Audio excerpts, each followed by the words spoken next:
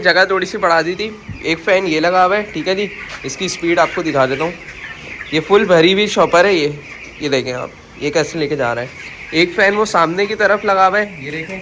एक फ़ैन ये लगा हुआ और एक फ़ैन ये छोटा ये लगा हुआ है, ठीक है जी। 20 लीटर पानी के अंदर पूरा एक साशे जो है इसका डाला जाता है, ठीक है जी। तो अभी हमारे पास 20 लीटर पानी था, ये पानी के अंदर डालते हैं।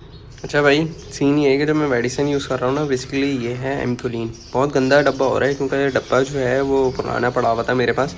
इससे पहले भी मैंने यूज़ करी है, जैसे मैंने आपको वीडियो में बताया था, ठीक है। और अगेन मुझे ही रिकमेंड किया था क्योंकि उसकी वजह ये थी कि सेंसिटिविटी टेस्ट साथ साथ आपको आ रही है। इसमें एमोक्सिसिलिन, क्लेमेनेटिक एसिड और इसके अलावा जो है 2-3 जो है सॉल्ट जो है वो सेंसिटिव आए थे।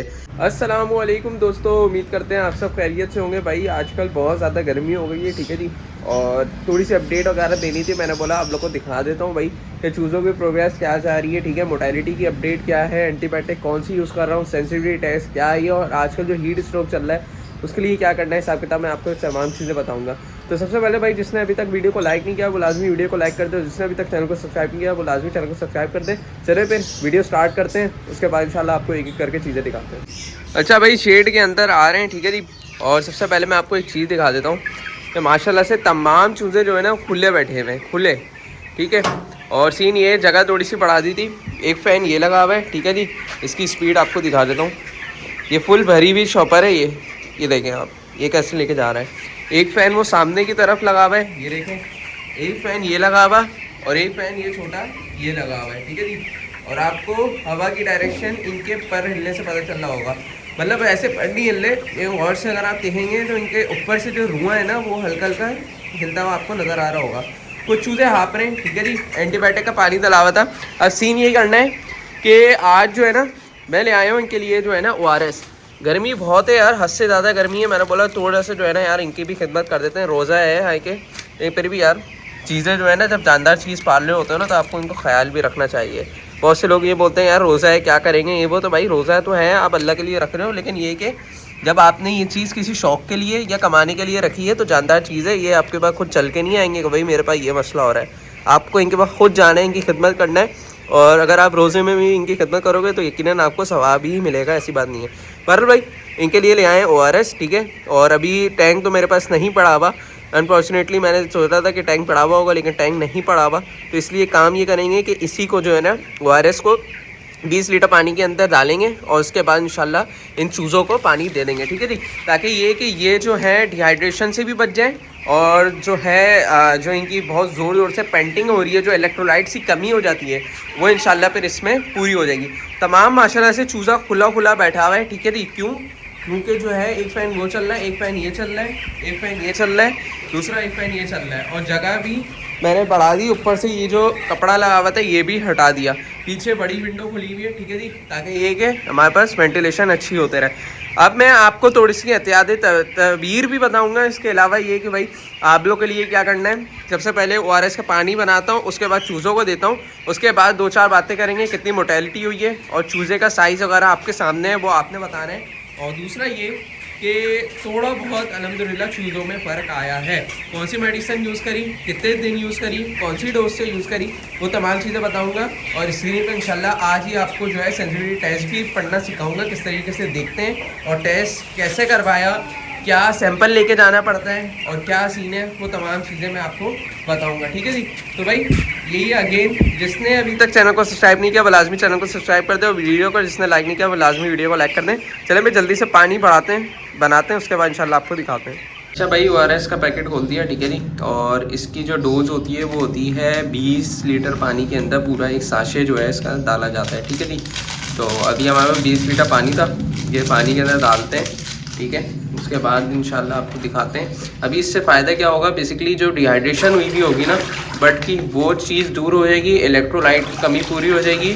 इसके अलावा दूसरा इसका सबसे अच्छी बात क्या है कि ये जो है ना इसकी जो खुशबू है वो पीने में अट्रैक्ट करेगी, उसका फ्लेवर जो है इन्हेंस करेगा, जिसकी वजह से जो है वो बर्ड जो है पानी ज़्यादा से ज़्यादा पिएगा, जिसकी वजह जो से जो है वो डिहाइड्रेशन नहीं होगी, ठीक है जी। इतनी प्यारी खुशबू आ रही है यार।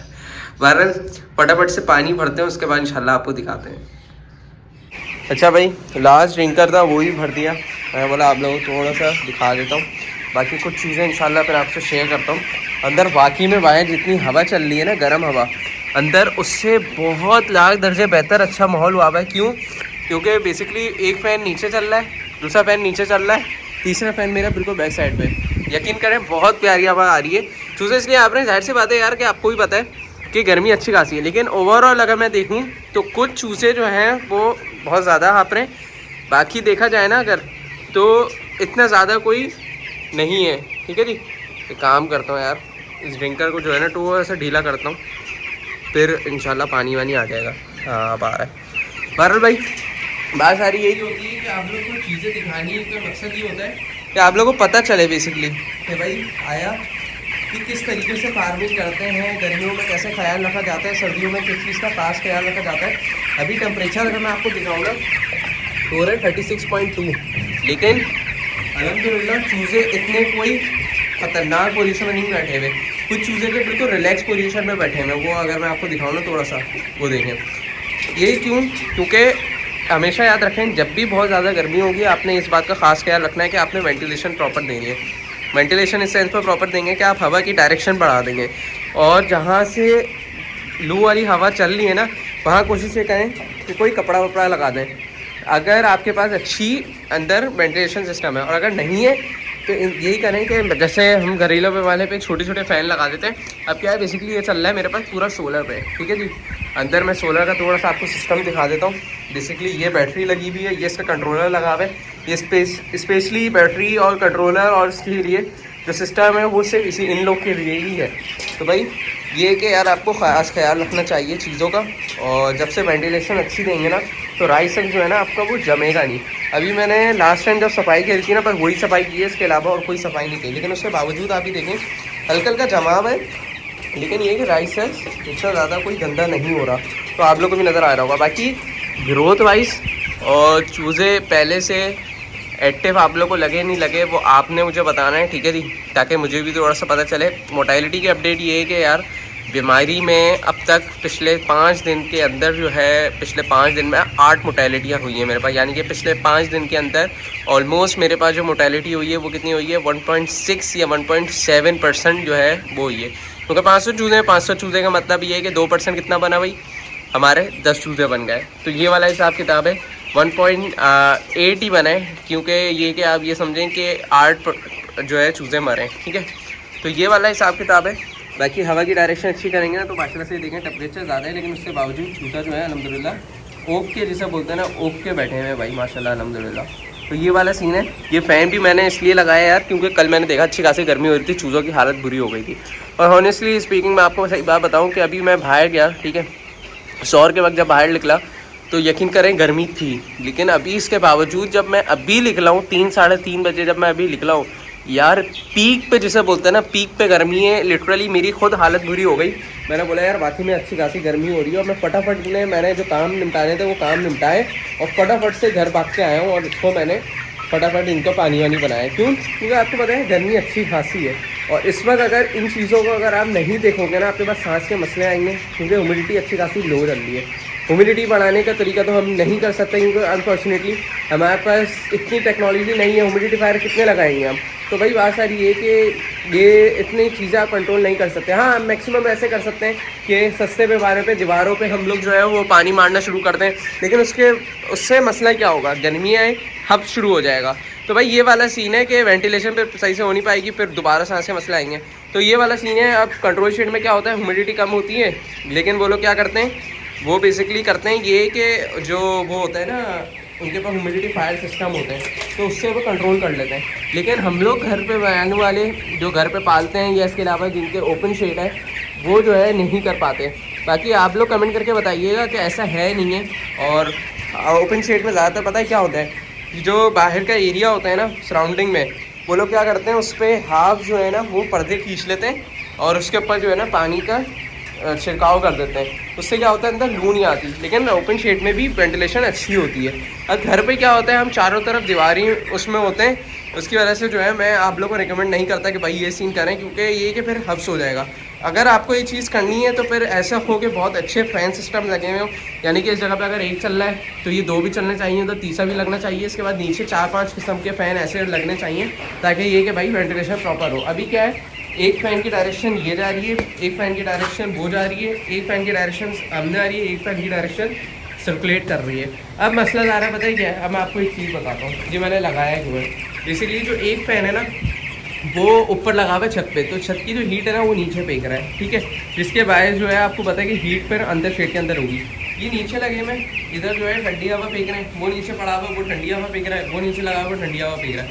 तो क्या होगा कि वो जो है सर्कुलेट करेगा हवा को, जो शेड के अंदर आ रही है उसको सर्कुलेट करेगा, और ये जो छोटे फैन हैं ये हमारे डायरेक्ट चूसों के ऊपर लगनी है। तो भाई गर्मी बहुत है, आप लोग इस बात को खास ध्यान रखें कि गर्मी बहुत है, और ये नहीं सोचेंगे यार मैं अगर हवा डायरेक्ट दे दूंगा तो चूज़े बीमार हो जाएंगे। नहीं, चूज़े बीमार नहीं होंगे, लेकिन अगर आपने हवा नहीं दी इनको इस गर्मी के अंदर तो हाँ पे चूज़े आपके ख़राब हो जाएंगे, और चूज़े आपके बीमार भी होंगे, और चूज़े ऐसे बीमार होंगे कि आपके लिए मसले आ जाएंगे।